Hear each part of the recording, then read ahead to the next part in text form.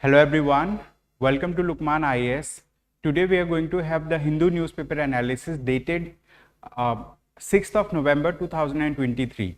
In today's newspaper analysis, we are going to cover a mapping topic and then we are going to cover other important articles from the newspaper.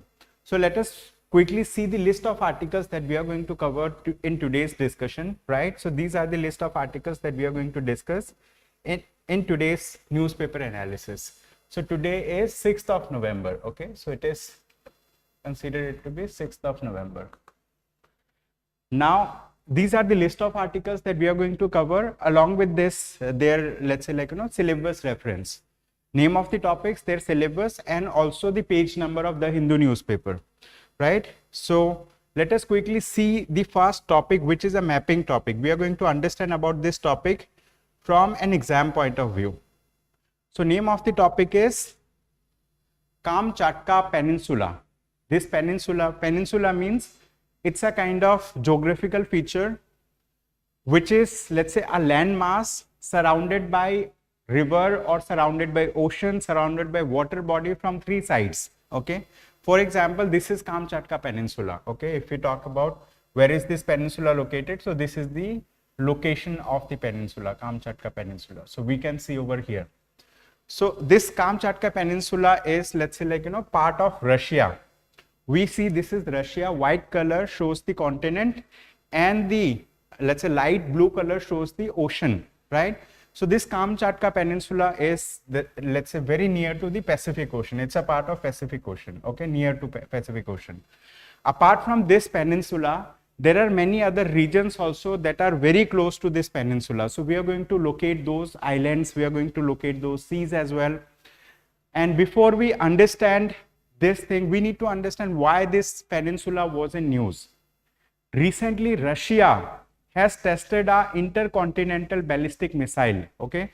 This intercontinental ballistic missile is a nuclear powered missile. I mean, so this missile that they have tested, so it can have nuclear warheads also. So they have tested it from here, and few days back Russia has pulled itself out of the nuclear non-proliferation treaty. After pulling itself out of that treaty, it has tested the, let's say, intercontinental ballistic missile from this Kamchatka Peninsula.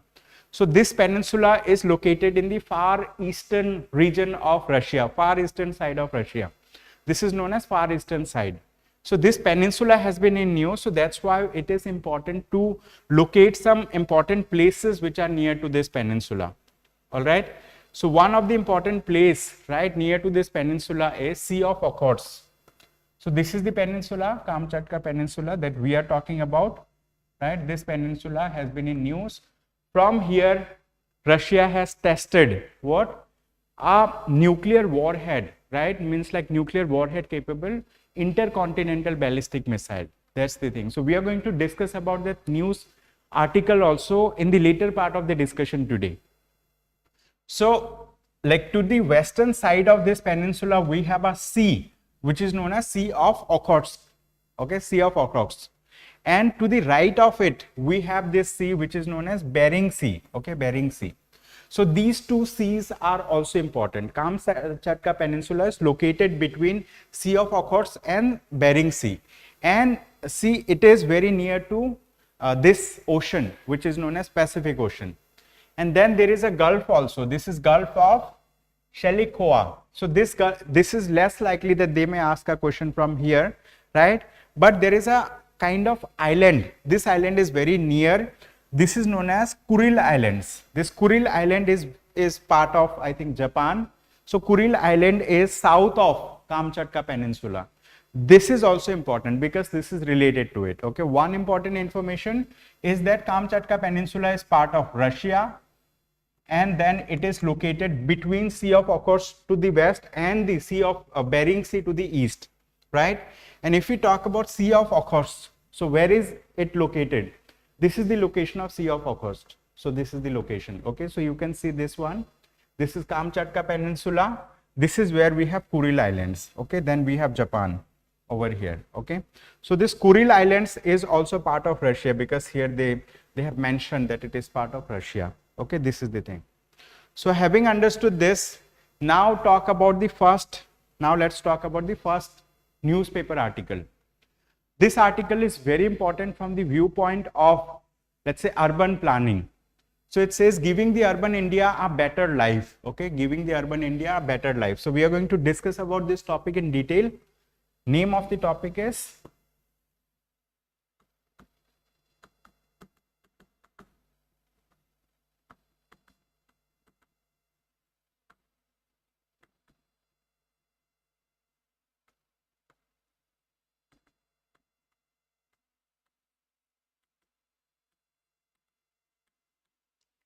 giving the urban India a better life.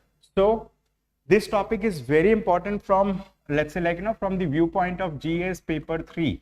Okay, very important from this point of view. GS paper 3. It's also important for GS paper 2.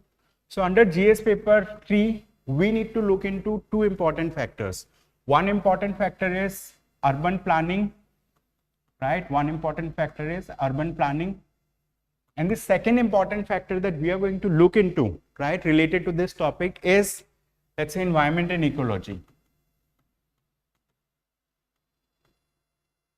Environment and ecology.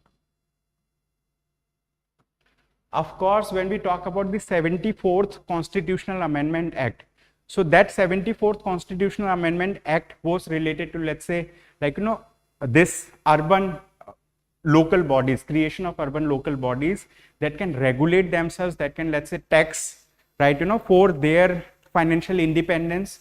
That's also important. That's part of GS paper 2.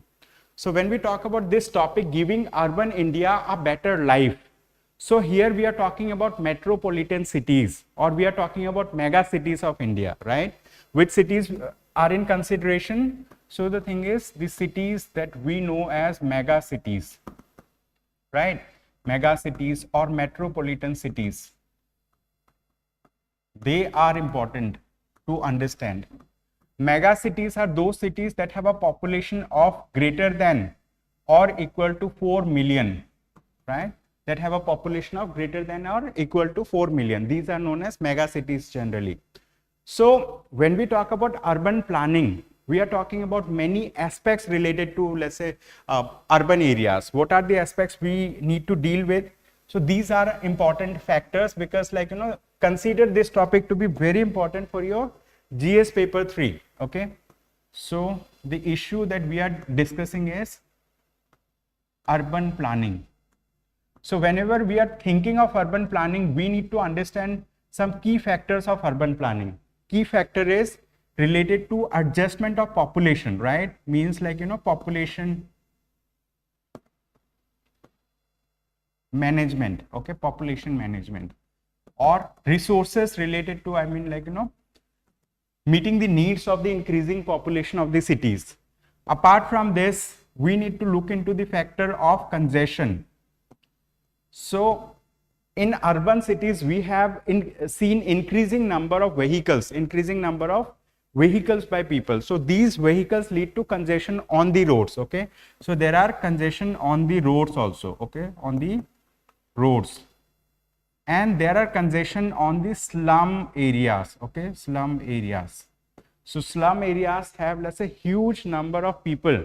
They are densely packed in a very narrow region. So sometimes they also face difficulty in getting, let's say, access to water resources, getting access to drainage facilities and all. So these things are missing.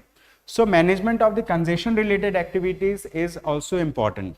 Apart from this, another important area related to urban planning is the issue of pollution. Okay, the issue of pollution. As we all know that urban cities, right? Urban cities are the ones where we have huge number of vehicles, okay, huge number of vehicles that are plying on the road. These vehicles emit greenhouse gases. These vehicles are responsible for polluting, right? Polluting the air above it, and also it causes many other kind of pollution. Okay, so pollution means we are talking about air pollution, we are talking about noise pollution in cities, we are talking about water related, let's say, water pollution. So many kind of pollution becomes part of urban planning, becomes part of, let's say, management of pollution becomes part of urban planning. So these are the important factors. And in this article, the author has highlighted some of the important things. What are those important things? We are talking about the World Cities Day. Okay, which day? World Cities Day. So this World Cities Day was recently celebrated on October 31st. Okay, October 31st. So when we talk about World Cities Day, we are essentially talking about, let's say, like, management of cities or making the cities financially independent. And what was the theme of the World Cities Day for this year? If we talk about theme of the World Cities Day, right, theme, it was financing sustainable urban future for all, right? This is the theme, financing sustainable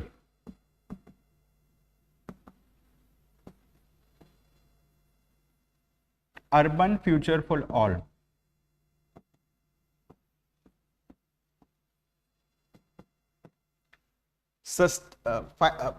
Financing sustainable urban future for all. So essentially, when we talk about World Cities Day, its theme talks about, like, sustainable urban finance for all. Means these cities should be financially independent. These cities should be given the authority, given the power to levy taxes on certain kind of duties, on certain kind of, let's say, services that the city provides. Maybe, let's say, like, road tax, maybe, let's say, tax related to infrastructure that are built, housing tax, right? Or tax related to various kind of infrastructures. There can be different sources of taxation. So if these cities are given the authority, right? If these cities are given the authority to levy taxes on their own, so they will become financially independent. Okay, they will become financially independent. If they becomes financially independent, so they'll be able to take decisions for themselves. They will not be dependent on the state government, right, for their day-to-day requirement, for their, let's say, management. And also when we talk about cities, right, when we talk about cities, so generally, like, most of the cities in India, they have mayors, right? But the thing is, the term of mayors are not, let's say, like, uniform across all cities in India. In especially urban cities, right, the term of, like, most of the mayors do not complete their 5-year tenure. So they, let's say, demit office before 5 years, maybe after 1 year, 2 year, 3 year and all. Recently, there was a video that has circulated in YouTube. So there was, I think, like, Mathura, like this mayor of Mathura had a kind of tussle with the commissioner, right, of the city, right, the commissioner of the city. So there are many things that are associated with this.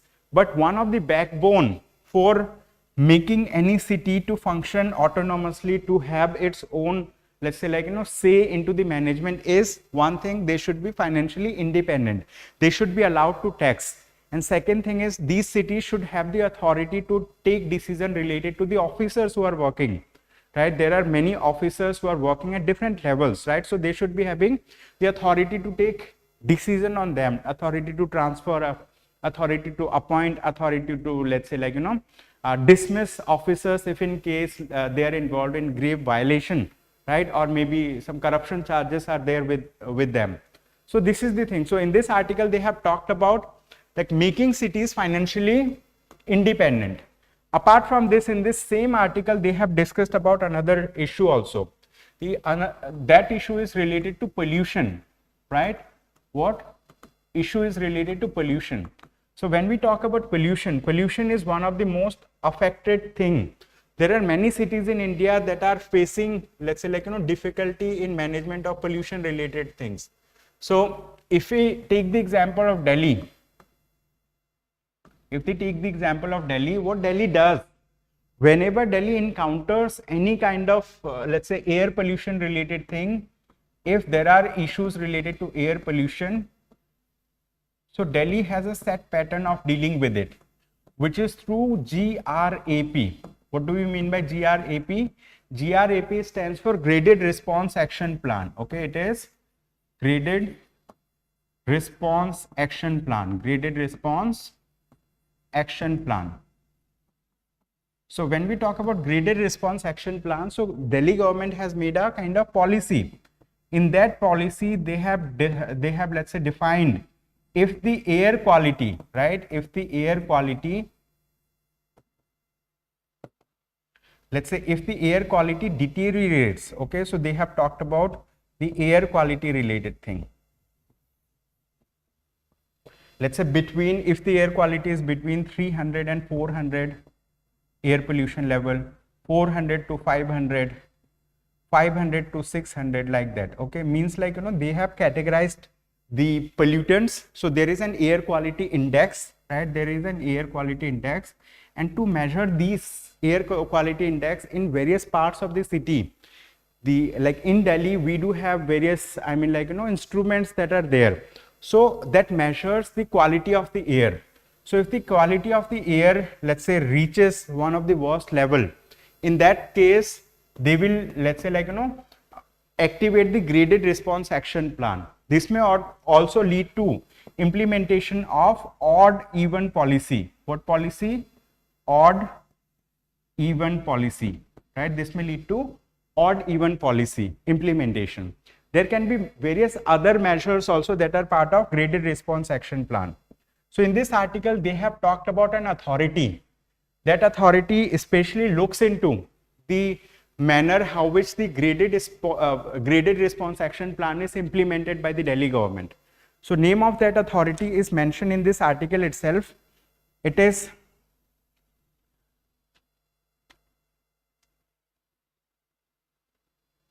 okay, they have mentioned in this the Commission for Air Quality Management. Okay, it is known as the Commission for Air Quality Management. Air Quality Management. What this commission does, this commission monitors the air quality, and this commission closely works with the government so that the graded response action plan can come right into like being. And apart from this, in this article, they have talked about a report that was released by the Energy Policy Institute at Chicago. Okay, it shows that out of 50 most polluted cities in the world, 39 are in India. Okay, this is the Energy Policy Institute at Chicago. The Energy Policy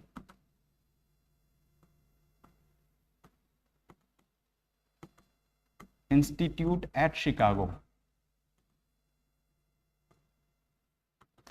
They have released what? A report, okay, EPIC. It is known as EPIC. They have released a report. In that report, they have mentioned that out of the top 50 cities in the world, top 50 polluted cities in the world, 39 cities are in India. 39 cities are in India as compared to the world. It generally showcases the, let's say, worst quality of air in Indian cities.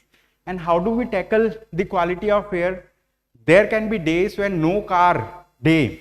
There can be days when the government, like, Delhi government or various other city government, what they can do, they can announce no car day policy. No car day policy means there can be days on which the government can announce that, like, on this day there should not be any car that should ply on the roads of the city. Why? So that, like, we can tackle the issue of what? Issue of air pollution. Apart from this, there are neighboring states. Like when we talk about Delhi, near to Delhi there are, let's say, like, let me draw a short map of Delhi. Near to Delhi there are many states, like, to the west we have Haryana, right? We have Haryana. Then there are, let's say, like, UP, then Punjab. So Delhi is surrounded by some of these states, and what happens in these states, there are issues of stubble burning. There are issues of stubble burning. So stubble burning keeps on happening in these states, but because of stubble burning, the air gets polluted on the top of these states, and that air comes to Delhi, and Delhi becomes a kind of, let's say, like, smoke chamber. This becomes a gas chamber, I would say, right? So this stubble burning has been a prominent issue, But recently it has been seen that this year, the stubble burning has reduced by 50%. Okay, it has decreased by 50% in these nearby states. So this stubble burning, it means that farmers are being sensitized that if they go for stubble burning, so it generally what pollutes the air. So they have stopped, or they have, let's say, lessened the stubble burning related thing. But so far till October this year, from March to October, the quality of air in Delhi has been the best, right, in as compared to last 3-4 years. But if we talk about the November, the first 3 days of November has seen the worst air pollution in Delhi. So this may also aggravate in the near future. In this article, the author has talked about that governments, like, city governments, or like, the city administration should plan for these things in the advance. I mean, like, it should not be when the air pollution deteriorates, you, let's say, like, step into this thing. There should be long-term policies that should, let's say, like, these policies should take care of the issue of air pollution from the beginning. So air pollution is a very, I mean, like, very, what we say, unhealthy thing. Why? Because of air pollution, the life expectancy of people goes down. Okay, life expectancy of people goes down. In Delhi, it has been noticed, right? If we talk about Delhi, in Delhi, it has been noticed that almost 11.9 years, the life expectancy of a person goes down by almost 11.9 years because of air pollution. Okay, air pollution, I mean, a person is losing 12 years of his life because of air pollution. And it's not happening with an individual person, it's happening with all the people who are part of the city who reside in Delhi. Okay, so this is the thing. So author says that data shows that India is home to some of the most polluted cities in the world, highlighting the need for a citizen involvement strategy of city building. Okay, so now what we need to do, we need to involve the citizens so that, like, there should be better urban planning in cities in India. So I have taken the example of Delhi. If we talk about the example of Mumbai, right?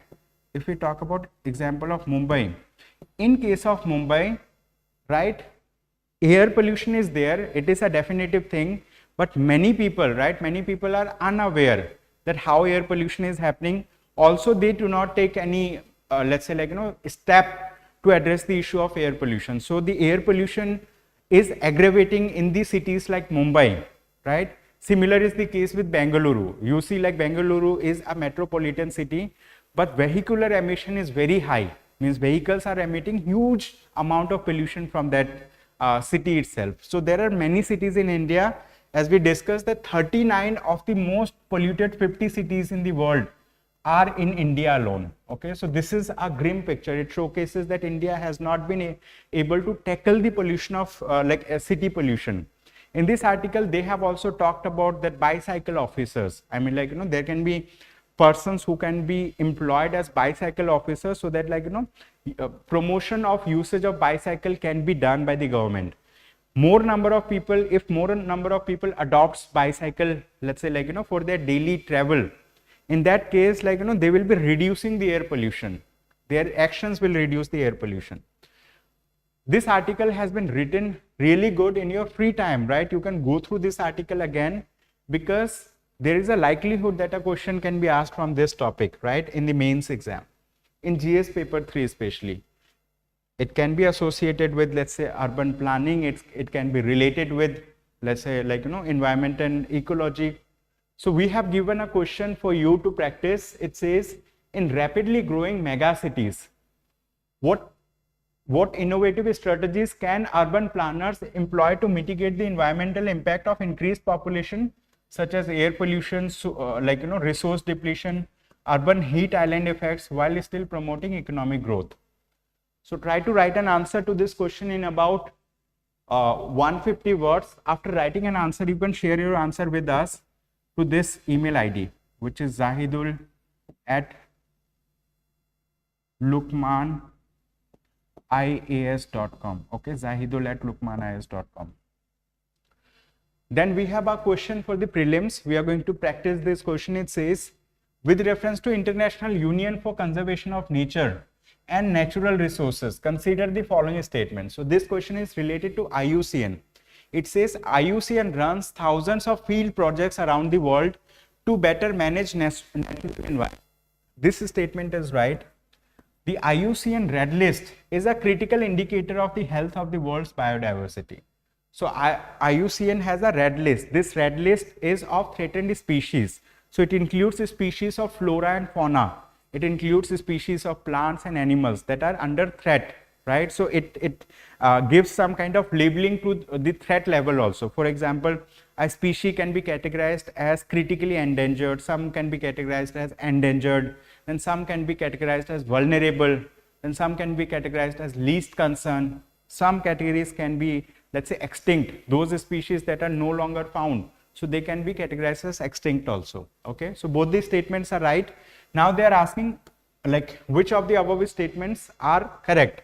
So option is C. Correct answer would be option C. In your free time, go through this, let's say, question again.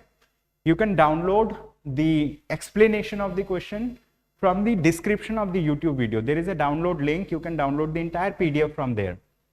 Apart from this, we have another topic. This topic is again important. It says, much to lose if the Indian veterans in Qatar case festers.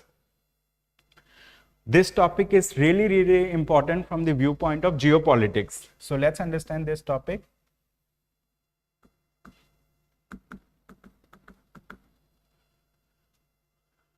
Much to lose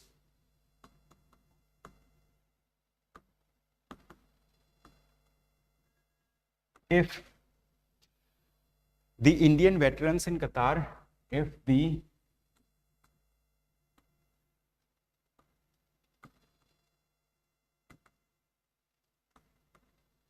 Indian veterans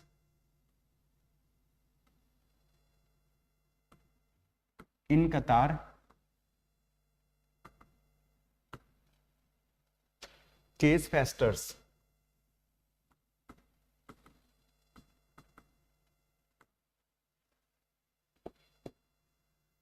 So this article is related to an incident where 8 Indian persons have been given death sentence in Qatar. Okay, 8 Indian persons. So these persons have been Navy veterans. They have earlier worked with Indian Navy and then they started working with a private company which was based in Qatar. And so Qatari government has conducted an investigation against these persons, and these persons have been charged for espionage, and they have been, let's say, like, you know, they have been sentenced to death sentence by a court in Qatar. So this article is related to that. And what is the name of the company? The name of the company is mentioned over here. So we are going to discuss about this case in detail first. Right, we are going to discuss about this case in detail. So it involves India-Qatar relation. Okay, India-Qatar relation. So let's discuss about how is the relation between India and Qatar. So as we know, India is a democracy, right? India is a democracy, and Qatar is a monarchy. Okay, Qatar is a monarchy. Like India has more than 4 billion people, more than 1.2 billion people. Now we have surpassed China also in terms of population. Qatar has an emir. Emir means the king of Qatar. Okay, so Qatar has a king, so they have a monarchy. But the thing is, like, you know, if you talk about Qatar, 88% of its population, okay, 88% population are from other countries. Okay, are from other countries.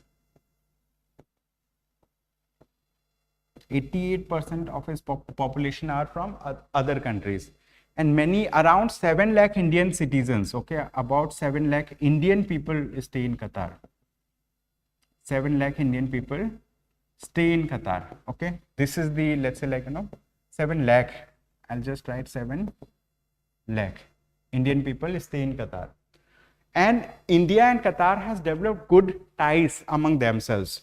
One of the important thing in their relationship is that Qatar and India has signed a bilateral agreement. What they have signed?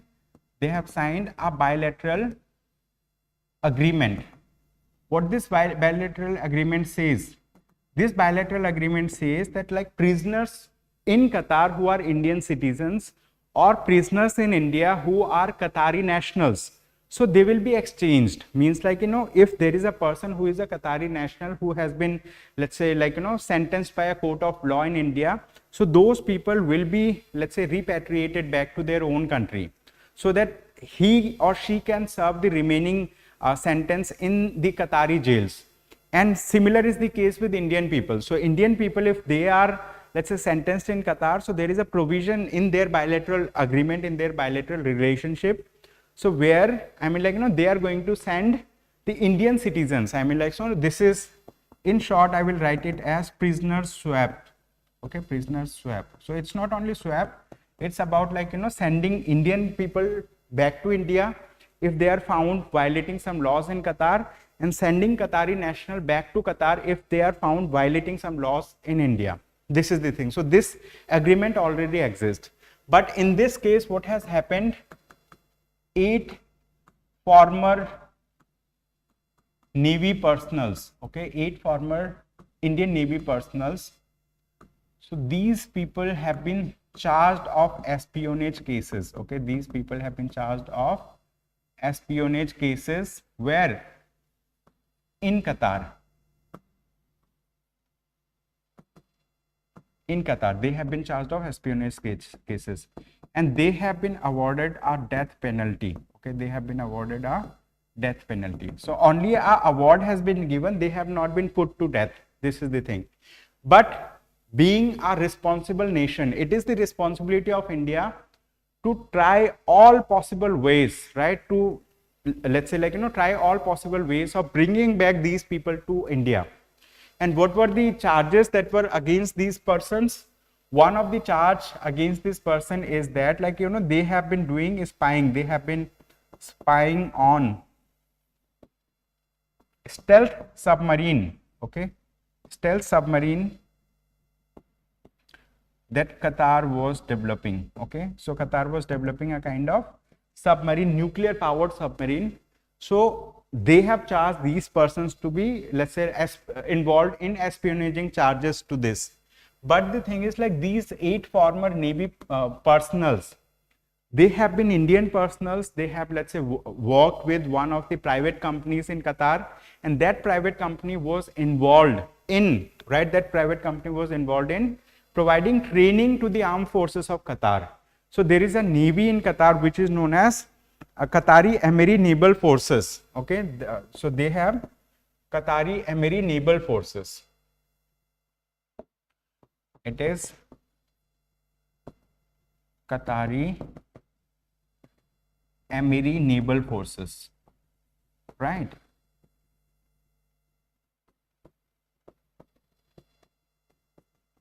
Qatari Emiri Naval Forces. So these people were working in a private company. That private company was providing training to the Qatari Emiri Naval Forces. So they were providing training to the, let's say, lower level officers in Navy. So they were not giving training to, let's say, very high level officials. So there is no question of their involvement in the, let's say, espionage charges, because, like, submarine related thing is very distant from this particular issue. Okay, so this is one of the thing related to this. And if we talk about what is the name of the private company, it is Dahra Global Technology. Okay, name of the company is DAHRA, Dahra Global Technologies.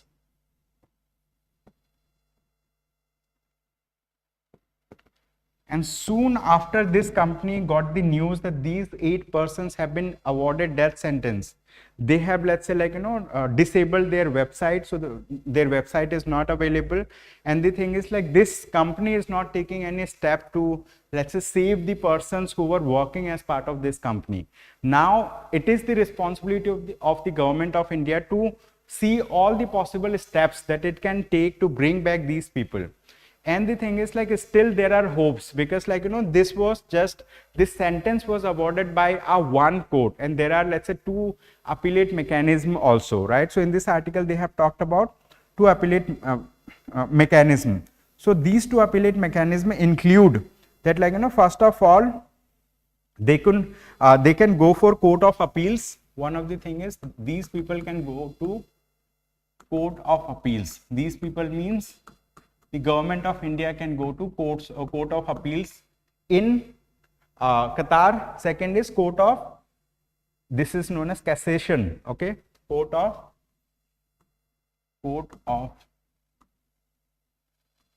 cassation.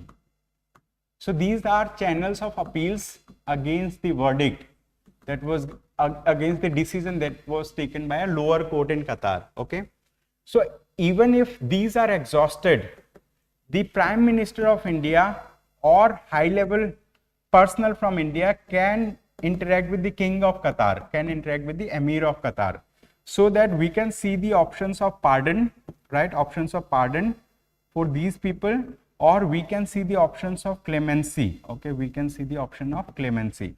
Pardon means absolving all the sentence things against those persons. Clemency means like awarding some lesser sentence as compared to the death sentence.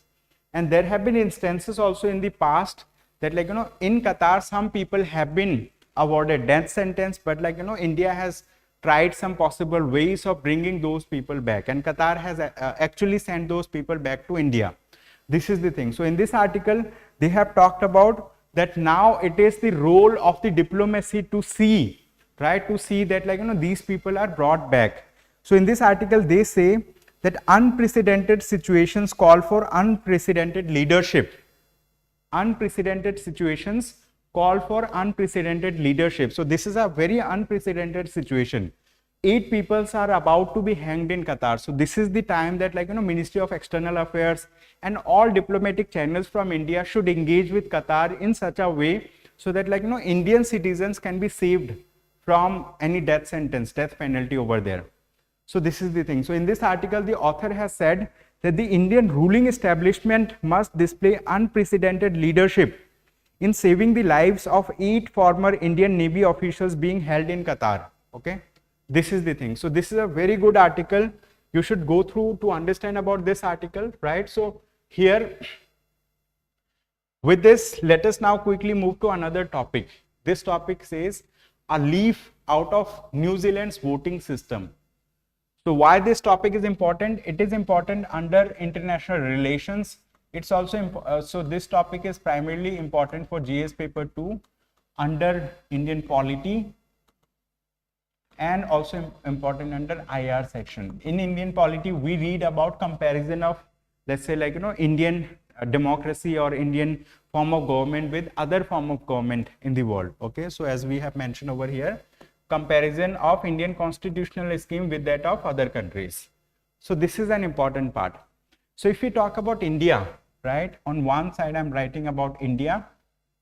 If we talk about India, we follow first past the poll. Okay, first past the post system. In India, we follow first past the post system. And if we talk about New Zealand, in New Zealand, they follow another system of, let's say, like, another system of governance, which is known as mixed number proportional system. Okay, it is known as mixed number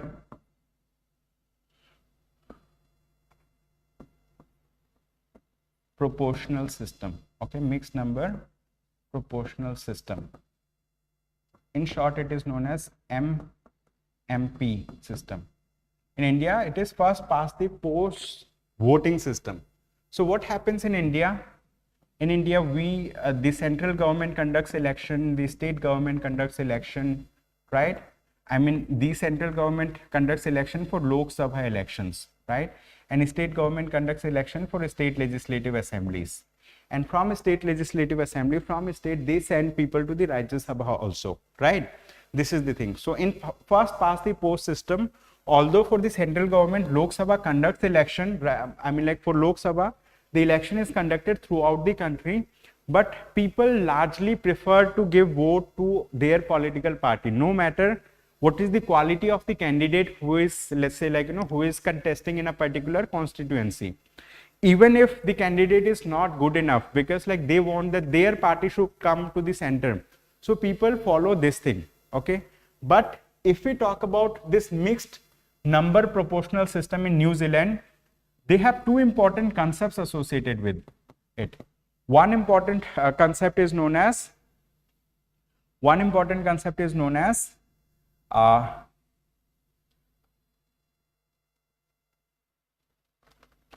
just a minute, split vote. Okay, one concept is known as split vote, and other is known as double tick. Okay, we are going to understand about split vote, other is double tick. Now, what is a split vote? What is double tick? What happens there in New Zealand? If a political party at national level, if it is contesting election, so people will give vote to the political party, right? So there is, let's say, like, selecting the party vote. Another is electorate vote. Okay, so these votes can be divided into party vote and electorate vote. Okay, and electorate vote.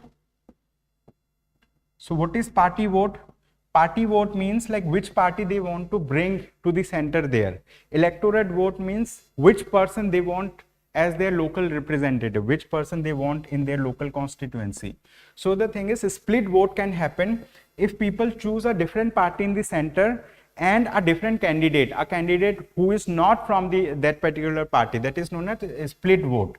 Double tick means if a candidate that they are choosing, he belongs to the same political party which is in the center, that is double tick. Okay, so this is being followed in where?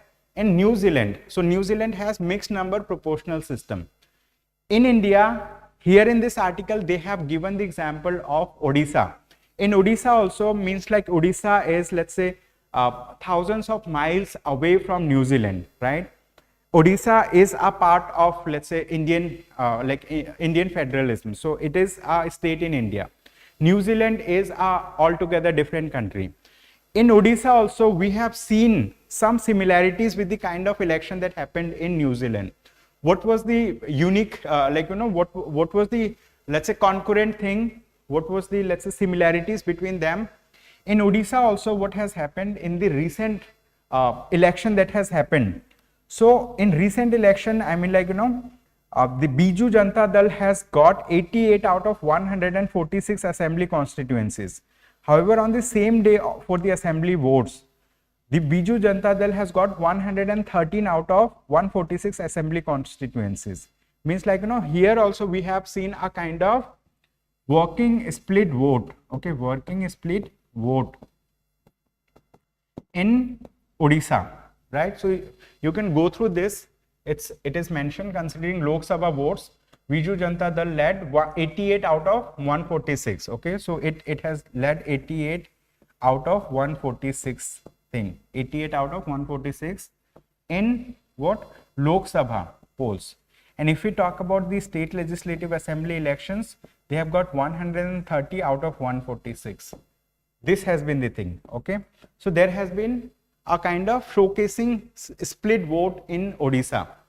So here in this article, what they are doing essentially, so they are actually comparing the first past the post voting system in India with the mixed number proportional system in New Zealand. Okay, go through this article to understand little more, because here they have given many, I mean, like statistical figures also, right? They have mentioned which year in New Zealand, like, how much vote is got by the central party, how much vote is got by, I mean, like, local people, local MPs there, right? This is the thing.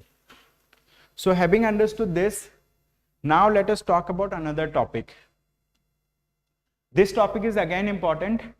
It says tiding over. India's state should ensure greater compliance on air pollution. So again, this topic is related to air pollution, right? This topic is important under air pollution. To understand about air pollution, it is important under, let's say, environment and ecology. So this article is related to the air pollution in Delhi. Okay, so air pollution in Delhi, we have discussed about we have discussed in detail in the first topic that we discussed, right? So in Delhi, we have the air commission, the Commission for Air Quality Management. Okay, Commission for Air Quality Management. this commission looks into the implementation of graded response action plan. Okay, so graded response action plan is implemented by Delhi government whenever the air quality deteriorates. So under this graded response action plan, they have a set pattern. I mean, like, they see what is the air quality, index, and according to the air quality index, right, in the city, so they activate certain part of the graded response action plan. If the air quality becomes severe, so there can be an odd even day also, right, for the vehicles that let's say ply on the road.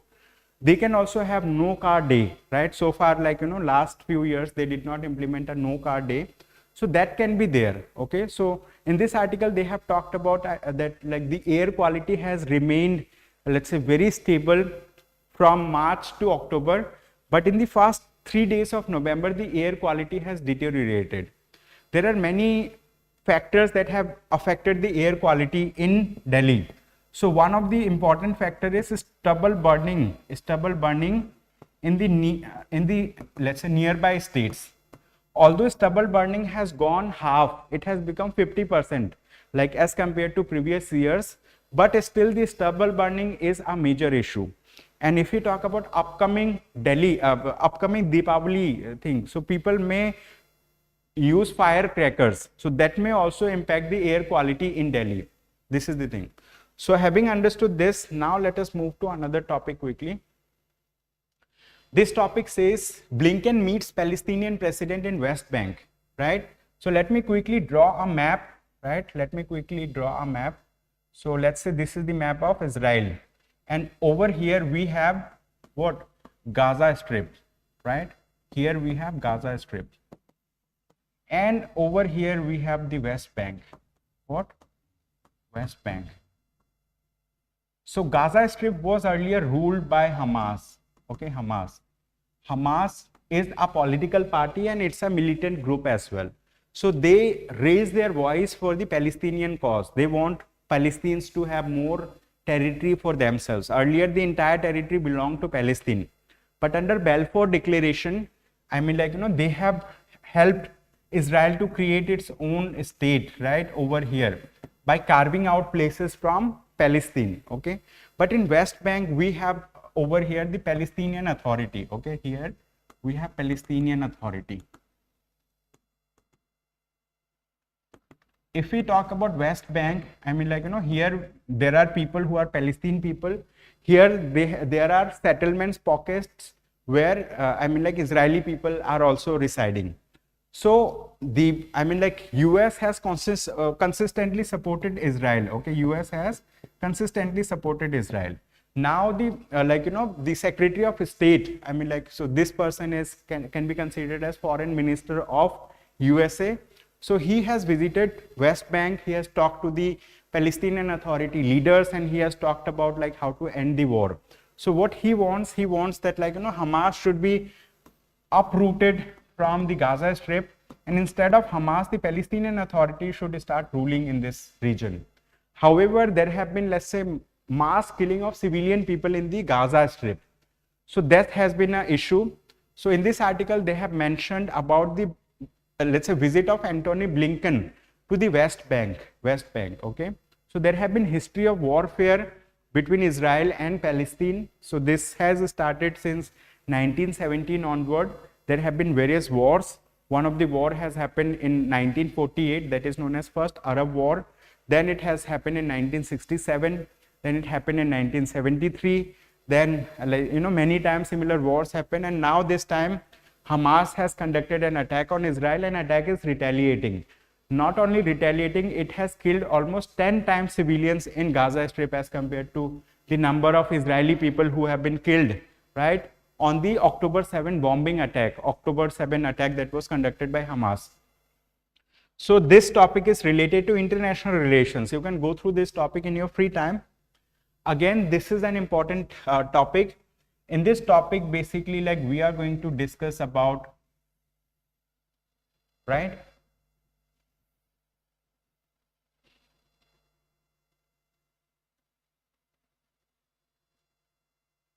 we are going to discuss about a country which is Bhutan. Okay, Bhutan has been in news. So this is the location where Bhutan exists.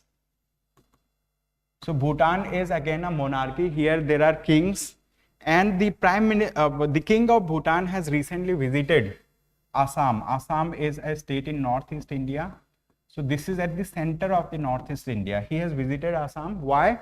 So that some of the border related thing can be sorted out between Assam and Bhutan. So this is the thing. And even after this, I mean, the king of Bhutan is going to have a meeting with the Prime Minister of India. In this picture, we can see External Affairs Minister S. Jaishankar interacting with the Bhutan king. So basically, they are discussing about deeper, closer ties with one another. And Bhutan has recently started a diplomatic conversation with China again. So they have been doing this conversation for a long time. And they have now, let's say, come closer with one another. They have decided to establish diplomatic ties also with one another, China and Bhutan. And apart from this, they are demarcating their boundary with China. So in your free time, you can go through this article. It is a topic in development. So new development is happening on this topic. Then two short topics quickly, 1 or 2 minutes, right? One topic, it says Russia test fires nuclear capable ballistic missile from submarine. Okay, nuclear capable ballistic missile from submarine. So recently what has happened, Russia has test fired nuclear capable ballistic missile from submarine in the far eastern side of Russia. Like I have showcased the Kamchatka Peninsula with you. This peninsula is very near to this particular place, and over here Russia has tested. And before conducting this test, Russia has pulled itself out of the comprehensive nuclear test ban treaty. Okay, so after then they have conducted this attack. They have conducted this, let's say, test. Why? Because Russia wants to be at par with United States of America. Okay, this is the thing. So with this, we have another question. This question says, with reference to ballistic missiles, consider the following statements. One of the statements says it follows a ballistic trajectory. This is right. India has 4 operational ballistic missile systems. Both these statements are correct, right? You can go through the explanation in your free time, right? The explanation is given over here. I mean, like, you can download this PDF from the description of the YouTube video. And then we have another topic, very short topic. It says poppy growth has fallen by 95% in Afghanistan since Taliban ban. Okay, poppy is kind of, let's say, opium production. So this is intoxicating thing. So poppy cultivation and opium production have plunged 95% in Afghanistan since Taliban authorities banned the crop. So Taliban authority has banned this particular crop, and its cultivation has gone down by 95%. Only 5% is being, let's say, cultivated. And it is reported by the United Nations Office on Drug and Crime. Okay, UNODC, United Nations Office on Drugs and Crime. Okay, found that poppy cultivation has collapsed from these many hectares to these many hectares in 2023. So this is the thing. You can go through this article also in your free time. This is just an update on this topic. So that's all from my side for the day. Thank you so much everyone for attending today's session. I hope you have a good day ahead. Thank you.